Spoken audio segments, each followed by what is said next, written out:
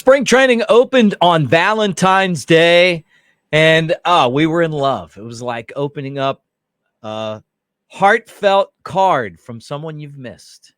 Yeah, baseball's back, and that included a press conference with new manager Craig Counsell, Cubs GM Carter Hawkins, team president Jed Hoyer. We're going to talk about that and Cody Bellinger, who's still out there.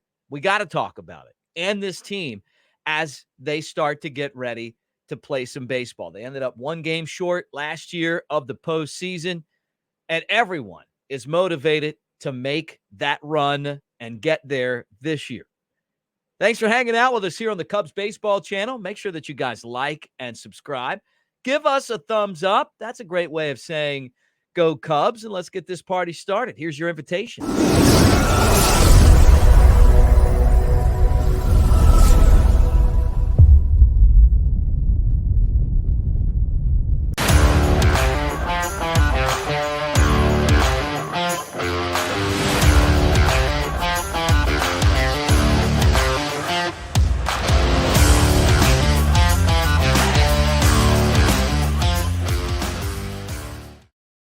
What do you say, guys? I'm Mick Gillispie. Great to talk to you today on the Cubs Baseball channel. I was trying to think about how many spring trainings this is for me. I don't even want to do the math just because I don't want to age myself, but I feel like a kid. Every year at this time, pitchers and catchers report. You see the guys in their uniforms. You hear the snap of the leather, the whiz of the baseball, the crack of the bat, which will happen coming up here soon. But what a great day yesterday was, and now baseball season is back. Super Bowl's over, and we are talking about the Cubs. All right, let's get into this right away, okay? Because I feel like Jed Hoyer in the press conference yesterday indicated that building this roster, which you constantly build, but adding free agents, spending the money on a guy like Cody Bellinger could be coming to a point where they've got to get it done or it's not going to get done. He was asked by the media where he was in the process. He said the closer is warming up. Remember, it was a couple of months ago. He said, well, we're in the fourth inning. Now the closer is warming up. So we're in the ninth. As teams get ready for spring training, they want the players who they're expecting to star on their teams to be on the roster. And that leads us to former Cub, Jorge Soler. Congratulations to a guy that we know, came up through the system, helped the Cubs win the World Series, was traded to Kansas City, led the league in home runs, was a World Series MVP, and he gets a 3-year deal with the San Francisco Giants. Now, why does that impact the Cubs? Because that tells us for sure, not that we were expecting Bellinger to go to San Francisco. He's not going to San Francisco. Giants are out on Bellinger. They signed Soler, a much more economical deal, not the player that Bellinger is, but he's no slouch either. He can hit, has obviously dealt with some injury issues, but when he's healthy, he can mash. And he's proven in the postseason, in the biggest games, that he can perform. So where does that leave us? Hoyer obviously talked a lot about the process of signing free agents in yesterday's press conference because everyone knows there's a stare down going on right now between the Cubs and Cody Bellinger and his agent, Scott Boras. And it really feels like the Bellinger-Boras duo wants more money than the market tells us they're worth. Or maybe I'm wrong, but there aren't a lot of players right now, it doesn't feel like, for the Boras four, which includes Matt Chapman, the third baseman, Bellinger, Jordan Montgomery, who we're going to talk about here in a second, and Blake Snell. Or are there? Because they're holding out thinking that Maybe there is. I think it's down to the Cubs, the Angels, and the Blue Jays for Bellinger. And I look at the Blue Jays, and I know Jeff Passan mentioned them as being a team desperate enough to sign Bellinger. And I look at the positions that he would play. They just signed Justin Turner to be a DH first baseman type guy, probably DH, right? You got Vladimir Guerrero Jr., who's your star young player at first base. So that's a spot that Bellinger played for the Cubs, and Vlad Jr. is going to play that spot. Your outfield, George Springer, obviously he's going to play. He's one of their star players. Dalton Varsho, who maybe is the guy that you would replace Bellinger for, although he was one of the best, if not the best, defensive left fielder in the game. The batting wasn't fantastic. He hit .235, right? Or at least that's his projected numbers. Or is that his numbers from last year? Yeah, I think .235, 24 home runs, 73 RBIs. Not shabby. And then you got, on top of that, Kevin Kiermaier, who they just signed in the offseason. And he's a Gold Glove center fielder.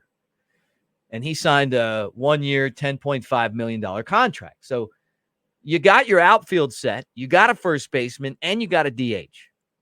Not to say that if the Blue Jays wanted to add to the mix, that they wouldn't go ahead and sign him. But it just doesn't feel like a genuine fit to me in Toronto, which leaves the Cubs and the Angels.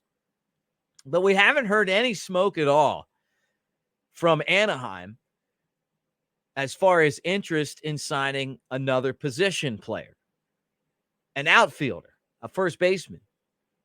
Moreover, even though they haven't done it in the past, it feels like they're more of a player for pitching, which is something that they haven't had, and which has been the reason why they haven't succeeded, on top of the fact that their farm system is terrible and they have no prospects. And then the ones that they had, they've traded in bad deals. So they're going to have to rebuild that infrastructure. And adding a Cody Bellinger doesn't feel like it's going to be something that they'll do. We'll find out. Maybe somebody else slides in there. But it just feels like to me that the Cubs and Bellinger are the right fit. And in negotiations, there's something called compromise. And although Scott Boras doesn't like the compromise to get this deal done, they're going to have to meet in the middle somewhere. And $200 million for Cody Bellinger is not realistic. It's just not. Yeah, we love him. Great player. But looking at him and projecting what he's going to do 3 years from now is difficult. And you look over the last 3 years sample, he had 1 good year and 2 poor years. So what are we going to look like in 3 years, let alone 5 years, let alone 7 or 8 years, which is what we're reportedly hearing he wants, and $200 million. The Cubs feel like that type of deal would hand tie them to make more moves to improve the roster. And there's a lot of talk at Cubs camp right now about the young players there, the fact that the game is built on young players, and that Jed Hoyer and this front office may live or die with the young talent that they have. And we'll continue to talk about those guys. We'll do a video on the center field position maybe tomorrow, but sometime soon, where we break down the options that they have in center field, like we've done at third and at first base already, kind of as we get into spring training, right? So the market for Bellinger just doesn't feel that strong. And we're seeing that with some of these other guys. Now, I feel like the Blue Jays are more likely to re-sign Matt Chapman, who they had on their team last year, to play third base. And when you look at their projected lineup, third base right now is Cavan Biggio,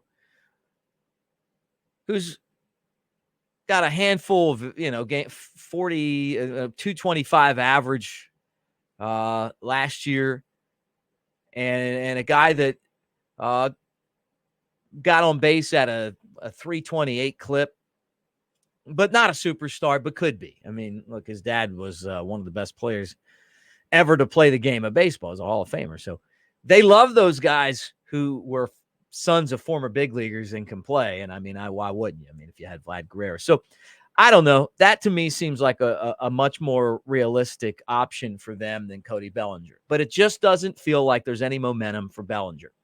Another guy who is in the same boat as Bellinger and that has been linked to the Cubs is Jordan Montgomery, right?